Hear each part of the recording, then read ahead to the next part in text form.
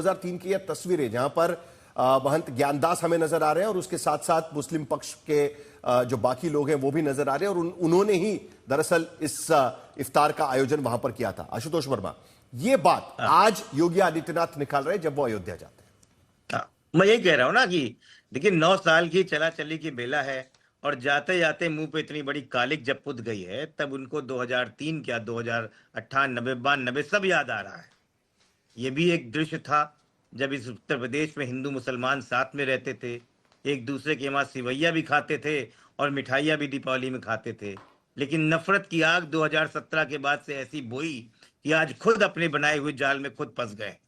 आज इन सबको समझ में नहीं आ रहा है कि चंपत राय को ट्रस्ट से निकाला जाए कि ना निकाला जाए। आज एफआईआर तक नहीं कर पा रहे हैं, उनको जेल तक नहीं कोई कर पा रहा है, क्योंकि डर सबको है भाजपा में कि जब वो आदमी पकड़ा जाएगा तो किस किस का नाम लेंगे। तो सबसे अच्छा काम है कि लगातार इस मामले को डाइल्यूट करो, और इधर से उधर कभी कब्रिस्तान, शमशान, और भारतीय जनता पार्टी के लोग और उनके साथ पास लोग यही काम पूरे 2-3 दिनों से मीडिया में चला रहे हैं। लेकिन जहां देखिए योगी आदित्यनाथ, आशुतोष वर्मा जी, शमशान के अलावा उनके पास व्याख्या आप भी हमारे लिए कर दीजिएगा, क्योंकि मुझे लगता है कि बीजेपी को भी शायद वो बात नहीं समझ में आएगी, क्योंकि मुझे भी नहीं समझ में आ रही है, और पैनल में बाकी लोग भी ये समझ पाए तो अच्छा होगा। ये क्या, ये शब्द, ये जो वाक्य है, इसका क्या मतलब है कि सनातन ही समाजवाद है और समाजवाद ही सनातन है? ये पहली बार मैं ये व्याख्या देख रहा हूं, ये पहली बार ये व्याख्या देख रहा हूं। समाजवादी पार्टी, आपकी पार्टी तो अभी आई है, सोशलिस्ट पार्टी के जमाने से आज तक मैंने कभी ऐसी व्याख्या नहीं देखी समाजवाद की। देखिए ऐसा है कि जो समझ गए, ठीक है, वो समझदार हैं, वो समझ गए, जो ना समझे वो अनाड़ी है। उनको यही बता देता हूं मैं। आप समझाने की कोशिश तो करिए, हमें नहीं रहना है अनाड़ी। आपकी राजनीति की भाषा हमें भी समझनी है थोड़ी सी। आप तो समझ गए हैं, खैर आप अनाड़ी बनने की बहुत कोशिश करते। खैर देखिए साहिल जी, एक बात समझिए, हमारा फंडा बहुत क्लियर कट है। अखिलेश जी की लाइन है पीडीए, पीडीए, पी से पहला शब्द है वो है पीड़ित। और आज इस देश में पीड़ित कौन है? आप सबके वरिष्ठ पैनल में जितने लोग और करोड़ों दर्शक वो देख रहे हैं, वो सब जान रहे हैं सिर्फ एक व्यक्ति पीड़ित है, और वो है सनातन। और एक पीड़ित के साथ आशुतोष वर्मा जी होती है। देखिए आपने एक मिनट, आपने पीडीए का फुल फॉर्म कहना शुरू किया, तभी मुझे समझ में आ गया कि आपने सिलेबस पूरी तरीके से बदल दिया है। पहले आप आईसीएसई बोर्ड में पढ़ते थे, आप सीबीएसई बोर्ड में चले गए, या यूपी बोर्ड आपने अलग ढूंढ लिया है एक तरीके से। नहीं। देखिए पहले पीडीए का फुल फॉर्म में पिछड़ा होता था, पी का मतलब, अभी आप पीड़ित पे चले गए हैं, ठीक है। अब थोड़ी दिन के बाद ऐसा लग रहा है कि आप पंडित पे चले जाओगे, पी से पंडित। जैसे स से समाजवाद की जगह पे स से सनातन हो गया है, वैसे पी से पंडित भी हो सकता है कुछ दिन में। ये नई परिभाषा हो गई, आपका बोर्ड बदल गया है सिलेबस का। ऐसा नहीं है साहिल जी। देखिए समाजवाद को समझने के लिए भारतीय जनता पार्टी की नई पीढ़ी को अभी और समय लेना पड़ेगा। मैं आपको बताऊं, देखिए ये भारतीय जनता पार्टी का संविधान है। ये 5 रुपए की किताब अशोका रोड में मिलती है। अगर आरपी सिंह साहब चाहे तो जाके खर्च कर सकते हो, ना हो तो हम मेल कर देंगे। और इसके संविधान में जो लिखा हुआ है 30वें पैराग्राफ में, पार्टी विधि द्वारा स्थापित भारत के संविधान तथा समाजवाद, पंथ निरपेक्षता और लोकतंत्र के सिद्धांतों के प्रति सच्ची श्रद्धा और निष्ठा रखेगी। इन्होंने कब समाजवाद को समझा है? ये तो सदन में खड़े होकर समाजवाद के खिलाफ बात बोलते हैं। ठीक है, जिनकी पार्टी की नींव समाजवाद पे रखी गई है, वो हमसे समाजवाद पे सीखने की कोशिश कर रहे हैं। इनको अपने संविधान के बारे में नहीं पता, इनको अपने राम के बारे में नहीं आप समझा दीजिएगा। पैसा कमाना, हनुमानगढ़ी का मुद्दा उठाकर सीएम योगी क्या बताना चाहते हैं समाजवादी पार्टी को, कि अगर आप जितना समाजवाद को सनातन से जोड़ोगे उतने पुराने मुर्दे उखाड़े जाएंगे? क्या यही बताने की कोशिश है? नहीं, समाजवाद और सनातन का कोई तालमेल ही नहीं है। समाजवाद तो पॉलिटिकल मैनिफेस्टो में रखने वाला एजेंडा है, और समाजवाद की बात करते हैं। अगर समाजवाद को सबसे ज्यादा किसी ने लागू किया तो प्रधानमंत्री मोदी जी ने किया। आज 80 करोड़ लोगों को 5 किलो राशन मिलता है, 50 करोड़ से अधिक लोगों को आयुष्मान भारत के अंदर लाभ मिलता है, 60 करोड़ से अधिक लोगों को सिर पे छत दे दी गई है। लेकिन इस बात का क्या मतलब है? जल से नल, क्या मुलायम सिंह सरकार ने वहां पर नमाज पढ़वाई थी हनुमानगढ़ी के बाहर? क्योंकि हमें तो दिखाई दे रहा है कि वहां पर तो संतों ने नमाज पढ़वाई थी। उन्होंने कहा था कि आप आइए और हमारे यहाँ पर इफ्तारी करिए, और उसके बाद नमाज पढ़ाई गई। नहीं, संतों ने नहीं, इफ्तारी के बाद नमाज पढ़ी गई। इफ्तारी के लिए बुलाया था, नमाज के लिए नहीं बुलाया था। नमाज किसके कहने पे, किसके इशारे पे, सबको पता है। और एक और बात, क्या वहां की इंटेलिजेंस फेल हो गई थी क्या? और मैं एक चैलेंज देता हूं, ये तो मदरसे में पढ़कर है ना, आपने कहा कहाँ ये डेफिनेशन पढ़ी? अब ये जो पीटीए की डेफिनेशन, मदरसे की डेफिनेशन है सबकी सब। परंतु जो मूल बात करें वो ये है कि क्या ये लोग आज अपने आप को राम भक्त कह रहे हैं, क्या कृष्ण जन्मभूमि के लिए खड़े होंगे? क्या इनसे पूछे कि कृष्ण जन्मभूमि के लिए क्या कहना है, कि जो रामलला वहां पर मस्जिद के नीचे है, उनकी जो स्थान है, उसके बारे में क्या कहना है इनका? या ज्ञानवापी के बारे में क्या कहना है? ज्ञानवापी के बारे में तो कहते हैं कि देखिए आशुतोष वर्मा जी, वहां पर शिवलिंग पाया गया, वो तो भाजपा वालों ने वापस ये बयान सनातन और समाजवाद का फर्क आपको समझ में आ रहा होगा। पहले जब मुलायम सिंह यादव समाजवादी थे तब वो खुलकर ये कह सकते थे कि बाबरी मस्जिद को नहीं गिराने देंगे। राम गोपाल यादव सदन में खड़े होकर ये कह सकते थे कि गुंबद पर चढ़ तो जाओगे लेकिन उतारने नहीं देंगे आपको। लेकिन आज आप ये नहीं कह पाओगे क्योंकि आपने स का सनातन कर दिया है, सिलेबस बदल गया है। आशुतोष जी, फर्क है। देखिए साहिल जी, देखिए थोड़े से सीधे व्यक्ति है आरपी सिंह साहब, अपनी बातों में फंस जाते हैं, फिर समझ नहीं पाते हैं। मैं इनसे कह रहा था, राम मंदिर छोड़ के ये हर तरफ जाएंगे, ये काशी विश्वनाथ भागेंगे, कभी ये रामकृष्ण की नगरी भागेंगे, कभी 2003 में भागेंगे, कभी 15 में भागेंगे, कोई बात नहीं। नहीं, मेरी बात आरपी सिंह साहब इतने, अरे इतने अधीर मत होइए, अरे इतने, अरे सुनिए तो भाई, इतने अधीर मत होइए, अरे इतने अधीर भाई, फिर वही बात, इस तरीके से डिबेट तो नहीं। आरपी सिंह जी सुन लीजिए ना, आपकी बात शांति से सुनते हैं ना, वो ऐसे नहीं, ऐसे नहीं होगा, फिर वही बात है, ऐसा नहीं होगा। आपकी बात तो सुनते हैं। आशुतोष जी आपकी बात खत्म करिए क्योंकि मुझे कांग्रेस पार्टी के पास भी जाना है, उनकी भी राय जाननी है समाजवाद को लेकर। सिंह साहब, मैं आपको कितना सम्मान करता हूं, मैं तो जानता हूं कि आपके अंदर कोई परेशानी नहीं है। अब मजबूरी है, भाजपा की बात, कोई और प्रवक्ता बच्चा नहीं है, आप ही को भेज दिया जाता है। देखिए, हम सब जानते हैं कि गलती हुई है, भाजपा से गलती हुई है, भाजपा अपना मुंह छिपाते छिपाते घूम रही है, लेकिन कब तक छिपाएगी?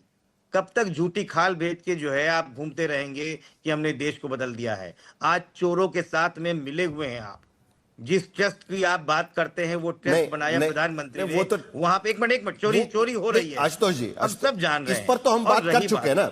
अब सवाल कहां पर उठता है मैं बताता हूं। जैसे ही आप इस बात का जिक्र करना शुरू करते हैं, बीजेपी सवाल उठाती है कृष्ण जन्मभूमि पर, क्योंकि अब तो आप सनातनी बन गए। कृष्ण जन्मभूमि पर समाजवादी पार्टी क्या कहेगी? जिस तरीके से मुलायम सिंह यादव कहते थे कि बाबरी मस्जिद नहीं गिराने देंगे, क्या आप खड़े होकर कह सकते हैं कि ज्ञानवापी मस्जिद को नहीं बदलने देंगे, संभल में मस्जिद नहीं बदलने देंगे? क्या आप ये कह सकते? आप ये सवाल उठेंगे? कभी भाजपा वाले जितने वीडियो चला रहे, कभी एक ऐसा वीडियो चलाइएगा, ठीक है? ये एक वीडियो है, आपको शायद दिख रहा होगा, निपेंद्र मिश्रा जी ने, और इसमें खास उन्होंने बोला था कि क्या हुआ था उस समय। और अटल बिहारी वाजपेयी का वो वीडियो भी चलाइएगा जिसमें उन्होंने बाबरी मस्जिद गिरने पे माफी मांगी थी। जिस दिन आप उसको समझ जाएंगे, आप काला दिन कहा था, काला दिन कहा था, काला दिन कहा था, ये भी कहा था कि वो नहीं होना चाहिए, और हम इस पे सॉरी कहते हैं। जिस दिन ये लोग समझ जाएंगे, जो नए भाजपाई है वो समझ जाएंगे, ठीक है। चरण सिंह समाजवाद समझ जाएंगे। डिफ्लेक्ट कौन कर रहा है यहां? समाजवादी पार्टी भी अपने सिलेबस से हट रही है, बीजेपी का सिलेबस तो वही है, बीजेपी उस पर ज्यादा बेहतर तरीके से प्रदर्शन कर सकती है। ये हो क्या रहा है? नहीं, ये हो ये रहा है कि बीजेपी को पता है, योगी आदित्यनाथ को पता है, प्रधानमंत्री को पता है कि वो हिट विकेट हो चुके हैं। आपने क्रिकेट की भाषा शुरू की, इसलिए मैं उसी में उत्तर दे रहा हूं। ये हिट विकेट हो चुके हैं। इनको पता है कि इन्हीं के नुमाइंदे, जिनको इन्होंने ट्रस्टी बनाया था, उन्होंने सेल्फ गोल कर दिया है, और वो ये चंदा चोरी के मामले में बिल्कुल चक्रव्यूह में फंस गए हैं। बैकफुट पर है भारतीय जनता पार्टी। अब वो चाहते हैं कि हम सांप्रदायिकता का कीचड़ फैलाएं और फिर कमल खिलाएं, क्योंकि कीचड़ फैलेगा तभी ना कमल खिलेगा। तो ये सांप्रदायिकता का कीचड़ फैलाना चाहते हैं, ध्यान भटकाना चाहते हैं। मथुरा की भी बात करेंगे, अब थोड़े दिन में पाकिस्तान आ जाएगा, फिर जॉर्ज सोरोस को कनेक्ट कर देंगे किसी तरह से। ये कुछ ना कुछ चलता रहेगा, डिफ्लेक्शन चलता रहेगा। लेकिन जनता, जो 100 करोड़ हिंदू जनता जो मूल सवाल पूछ रही है, भाई ये चंदा चोरी हुई क्यों?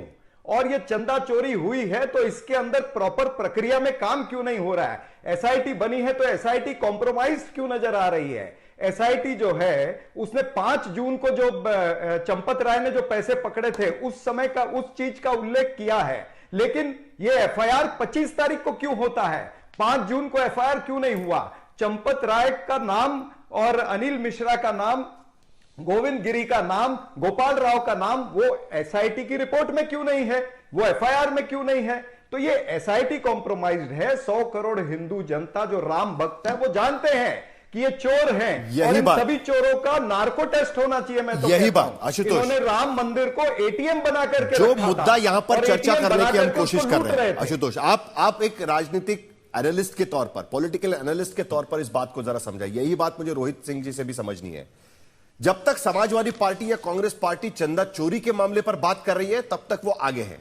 जैसे ही बात सनातन और आस्था की शुरू हो जाती है, भारतीय जनता पार्टी को समझ में आता है अब तो ये जाल में फंस गए। उसके बाद देखिए योगी आदित्यनाथ हर दिन नहीं छोड़ रहे इस मुद्दे को। कभी अयोध्या लेकर आते हैं, कभी 2003 का मामला लेकर आते हैं, कभी कोई और चीज लेकर आते हैं, कभी नमाज का मुद्दा लेकर आते हैं, कभी कब्रिस्तान का मुद्दा लेकर आते हैं।